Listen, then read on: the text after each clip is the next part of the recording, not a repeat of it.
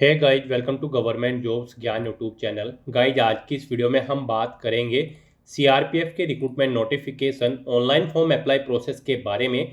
जी हाँ दोस्तों, central reserve police force ने यहाँ पर कांस्टेबल, ट्रेड्समैन और पियोनियर के खाली पदों को भरने के लिए नोटिफिकेशन रिलीज कर दिया है।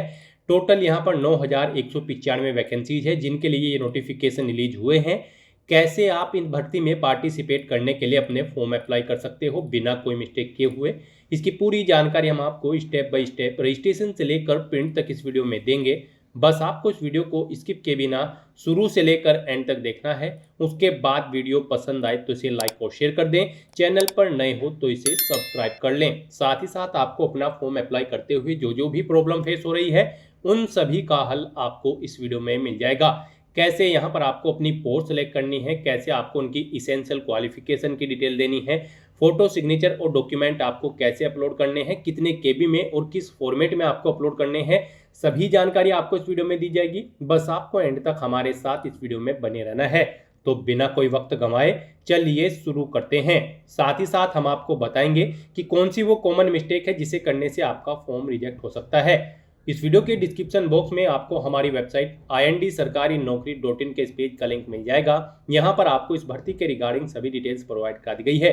Central reserve police force CRPF ने कांस्टेबल, टेक्निकल एंड ट्रेड्समैन और पियोनियर के 9,195 खाली पदों को भरने के लिए नोटिफिकेशन रिलीज कर रखा है। आप यहां पर 19 मई 2026 तक अपने फॉर्म अप्लाई कर सकते हो। 21,700 से 69,100 के बीच में सैलरी आपको प्रोवाइड कराई जाएगी। यहाँ पर ड्राइवर के लिए आपका 10वीं क्लास पास आउट होना जरूरी है, प्लस आपके पास heavy motor vehicle driving licence होना जरूरी है। मोटर मैकेनिक व्हीकल की पोस्ट के लिए भी आपका 10वीं क्लास पास आउट होना जरूरी है और ITI सर्टिफिकेट होना जरूरी है। बाकी सब जो पोस्ट है उनके लिए आपका केवल 10वीं क्लास पास आउट होना जरूरी है। 21 से 27 साल यहाँ पर ड्राइवर पोस्ट के लिए है आयु सीमा, और 18 से 23 साल बाकी सब पोस्ट के लिए है। जनरल, OBC, EWS के लिए 100 रुपये फीस है। SC ST फीमेल के लिए कोई फीस नहीं है। फीस का अमाउंट जिन कैंडिडेट को जमा कराना है वे अपनी फीस ऑनलाइन मोड में debit card, credit card, net banking या फिर UPI के माध्यम से जमा करा सकते हैं। सिलेक्शन आपका computer based test, physical efficiency test, physical standard test, trade या फिर स्किल टेस्ट, डॉक्यूमेंट वेरिफिकेशन और मेडिकल एग्जामिनेशन के आधार पर होगा। आप ऑल इंडिया से ऑनलाइन मोड में अप्लाई कर सकते हो। उसके लिए आपको इस पेज को नीचे स्क्रॉल डाउन करना है, इंपॉर्टेंट लिंक सेक्शन में आना है, इंग्लिश नोटिफिकेशन PDF और हिंदी नोटिफिकेशन PDF लिंक पर क्लिक करते हुए इस भर्ती के नोटिफिकेशंस की PDF को हिंदी या फिर इंग्लिश में ओपन कर लेना है और इनमें से आपको पूरी डिटेल रीड कर लेनी है। यहाँ पर आपको सभी डिटेल्स प्रोवाइड कर दी गई है, जैसे कि क्या पोस्ट का नाम है, कितनी उसके लिए नंबर ऑफ वैकेंसीज है, कैसे आप अप्लाई कर सकते हो, कब से कब तक आप अप्लाई कर सकते हो, क्या आपका एलिजिबिलिटी क्राइटेरिया होना चाहिए। पूरी जानकारी आपको इस नोटिफिकेशन में दे दी गई है। आप सभी डिटेल्स यहाँ से रीड करें, उसके बाद अपने फॉर्म अप्लाई कर लें। फॉर्म अप्लाई करने के लिए भी आपको हमारी वेबसाइट के इसी पेज पर ही अप्लाई ऑनलाइन का लिंक दिया गया है। जैसे ही आप इस लिंक पर क्लिक करेंगे आपके सामने सीआरपीएफ का ये पोर्टल ओपन होगा। गाइस, यहाँ पर अगर आपने पहले से रजिस्ट्रेशन कर रखा है इस पोर्टल पर तो आपको कैंडिडेट लॉगिन के टैब दी गई है, आप इस पर क्लिक करेंगे।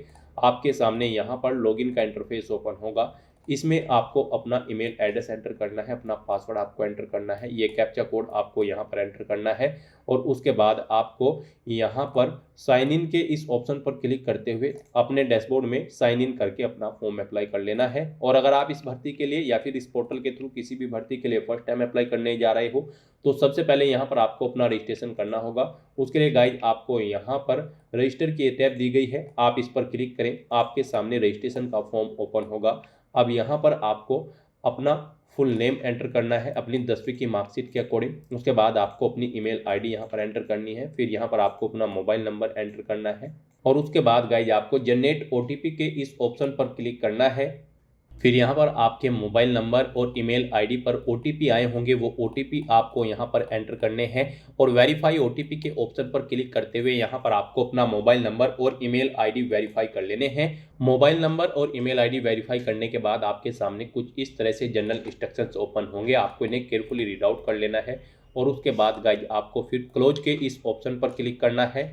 इस तरह से यहाँ पर आपकी प्रोफाइल का रजिस्ट्रेशन सक्सेसफुली कंप्लीट हो जाएगा। आपकी रजिस्टर्ड ईमेल आईडी पर एक यूजर आईडी और पासवर्ड सबमिट कर दी गई हैं, आपको उन्हें केयरफुली नोट डाउन करके रख लेना है फ्यूचर यूज के लिए। अब यहाँ पर आपको अप्लाई न्यू एडवर्टाइजमेंट के इस टैब पर क्लिक करना है। फिर आपके सामने कुछ इस तरह से इंटरफेस शो होगा। अब गाइज आपको इस पेज को नीचे स्क्रॉल डाउन करना है और यहाँ पर सीआरपीएफ के इस पोर्टल पर करंट रिक्रूटमेंट ओपनिंग के इस सेक्शन में आना है और यहाँ पर आने के बाद आपको constable technical and tradesman and pioneer recruitment 2026 में अप्लाई हियर के इस ऑप्शन पर क्लिक करना है इस भर्ती पर अप्लाई करने के लिए। फिर आपके सामने कुछ इस तरह से इंटरफेस ओपन होगा। अब यहाँ पर आपका फॉर्म स्टार्ट हो चुका है। गाइस यहाँ पर आपको आपकी पर्सनल इन्फॉर्मेशन जो आपने पीछे रजिस्ट्रेशन करते समय प्रोवाइड कराई थी वो ऑटोमेटिकली फिल मिल जाएगी। यहाँ पर पीछे से उसे फैच कर लिया गया है। अब यहाँ पर आपको अपनी आइडेंटिटी की डिटेल देनी है। यहाँ पर आप अपनी कोई एक आइडेंटिटी सेलेक्ट करें, जैसे कि पैन कार्ड या फिर ड्राइविंग लाइसेंस या फिर आधार या फिर वोटर आईडी। आप अपने अकॉर्डिंग कोई भी ऑप्शन सेलेक्ट करें।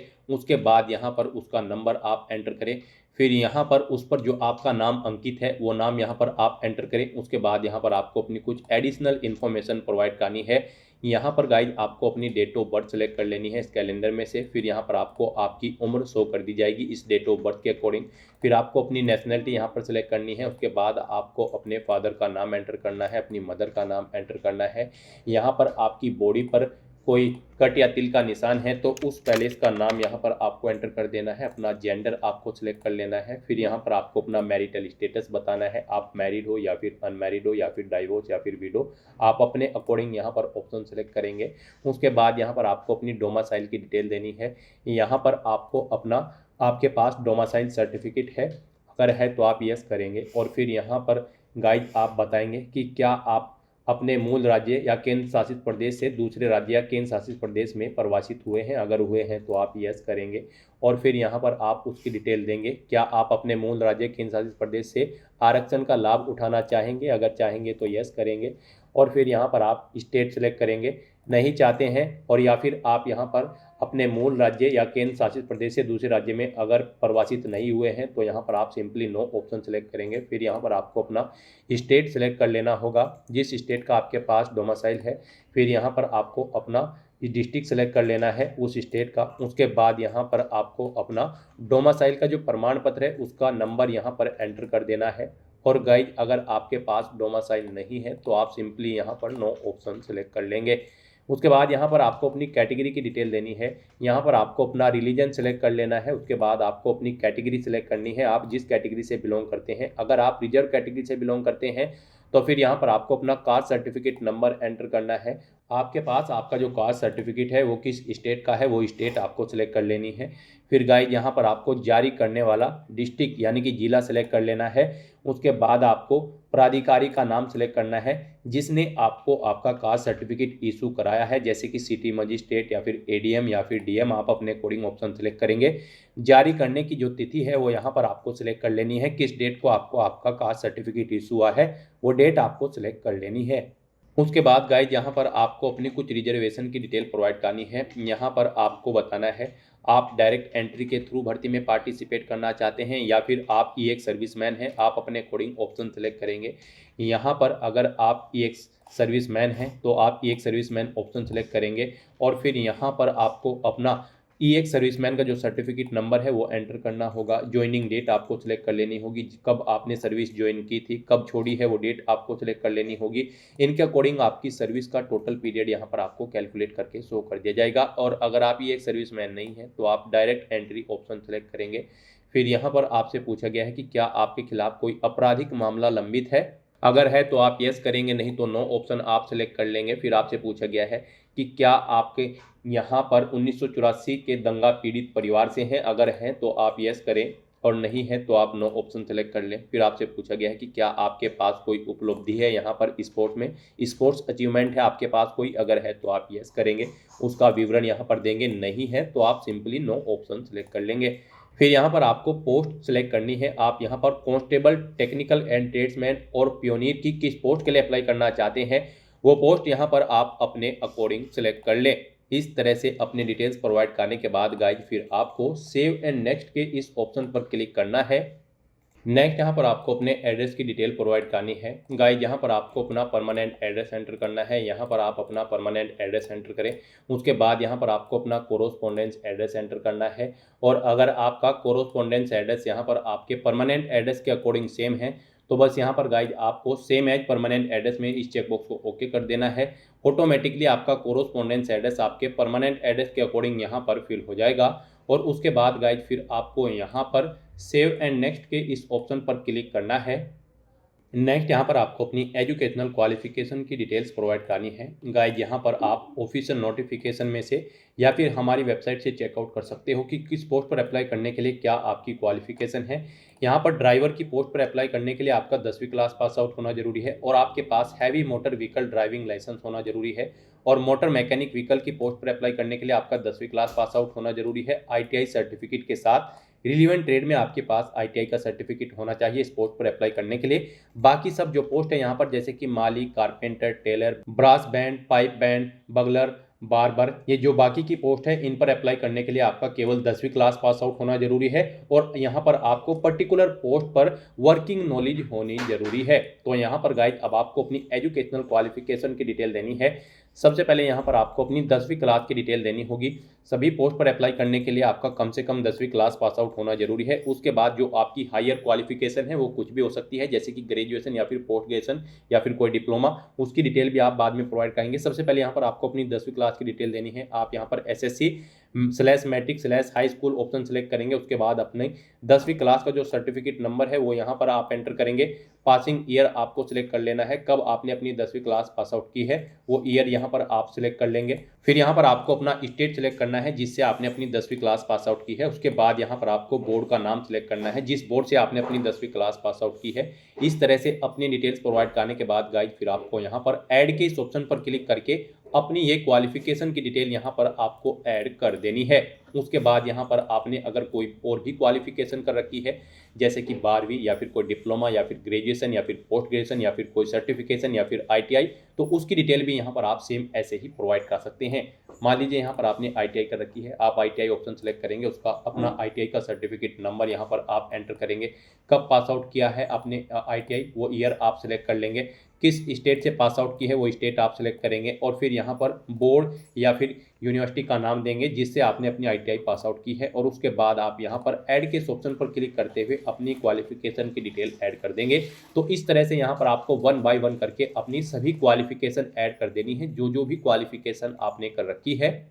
इस तरह से यहाँ पर अपनी क्वालिफिकेशन की डिटेल ऐड करने के बाद गाइज फिर आपको यहाँ पर सेव एंड नेक्स्ट के इस ऑप्शन पर क्लिक करना है। नेक्स्ट आपके सामने कुछ इस तरह से इंटरफेस ओपन होगा। अब यहाँ पर आपको दोबारा से अपना पोस्ट सिलेक्शन करना है। गाइज यहाँ पर आपको अपनी पोस्ट सेलेक्ट कर लेनी है जिस पोस्ट के लिए आप अप्लाई करना चाहते हैं। यहाँ पर CRPF की इस भर्ती में आप अपने अकॉर्डिंग पोस्ट सेलेक्ट करें। उसके बाद यहाँ पर उस पोस्ट पर अप्लाई करने के लिए जो आपकी रिक्वायर्ड इसेंशियल क्वालिफिकेशन है वो आपको शो की जाएगी। यहाँ पर मान लीजिए अगर आप ड्राइवर की पोस्ट के लिए अप्लाई कर रहे हैं तो आपसे पूछा गया है कि क्या आपने अपनी 10वीं क्लास या इसके इक्विवेलेंट कोई एग्जाम पास आउट कर लिया है, तो यहाँ पर आपको येस ऑप्शन सेलेक्ट करना है। यहाँ पर आप कोई भी पोस्ट सेलेक्ट कर सकते हैं, उसके अकॉर्डिंग यहाँ पर आपको अपनी इसेंशियल क्वालिफिकेशन की डिटेल देनी होगी। फिर यहाँ पर आपको उसकी डिटेल प्रोवाइड कर देनी है अपनी 10वीं क्लास की। यहाँ पर उसके बाद आपसे पूछा गया कि क्या आपके पास heavy transport vehicle driving licence है। अगर आप यहाँ पर ड्राइवर की पोस्ट के लिए अप्लाई कर रहे हैं तो आपके पास heavy transport vehicle driving licence होना रिक्वायर्ड है। तो यहाँ पर आपको येस ऑप्शन सेलेक्ट करना है और उसकी डिटेल यहाँ पर आपको प्रोवाइड कर देनी है, जैसे कि उसका नंबर आपको यहाँ पर एंटर करना है, कब से कब तक वो यहाँ पर वैलिड है। इस तरह से आपको उसकी डिटेल यहाँ पर प्रोवाइड कर देनी है। ऐसे यहाँ पर आपको अपनी 10वीं क्लास की डिटेल प्रोवाइड करनी है, कब आपने पास आउट की है, कितने मार्क्स आपने ऑब्टेन किया है, क्या आपकी परसेंटेज है। इस तरह से यहाँ पर आप अपनी डिटेल्स प्रोवाइड कर सकते हैं। उसके बाद यहाँ पर अगर आप पियोनियर की पोस्ट के लिए किसी अन्य पोस्ट के लिए अप्लाई करना चाहते हैं तो यहाँ पर आपको पोस्ट शो होंगी, उसमें आप जिस भी पोस्ट के लिए अप्लाई करना चाहते हैं वो पोस्ट आप सिलेक्ट कर ले। नहीं करना चाहते हैं तो आप इसे नन ही ऑप्शन को सिलेक्ट रहने दें, ये ऑप्शनल है, आप अपनी चॉइस के अकॉर्डिंग पोस्ट सिलेक्ट कर सकते हैं। नहीं करना चाहते हैं तो न करें। इस तरह से अपनी डिटेल्स प्रोवाइड करने के बाद गाइज फिर आपको यहाँ पर सेव एंड नेक्स्ट के इस ऑप्शन पर क्लिक करना है। नेक्स्ट यहाँ पर आपको अपने सर्टिफिकेट और डॉक्यूमेंट्स अपलोड करने हैं। गाइज यहाँ पर आपको अपना पासपोर्ट साइज फोटो अपलोड करना है, अपने सिग्नेचर आपको अपलोड करने हैं, कास्ट सर्टिफिकेट आपको अपलोड करना है अगर आप रिजर्व कैटेगरी से बिलोंग करते हैं। उसके बाद यहाँ पर आपने 10वीं 12वीं ग्रेजुएशन या फिर ITI जो भी कर रखी है उनके सर्टिफिकेट यहाँ पर आपको अपलोड कर देने हैं। इनके लिए आपको गाइडलाइन दी गई है इन डॉक्यूमेंट्स के लिए। गाइज यहाँ पर आपका जो फोटो होगा वो 50 KB से 100 KB के बीच में होना चाहिए, JPG या फिर JPG या फिर PNG फॉर्मेट में होना चाहिए।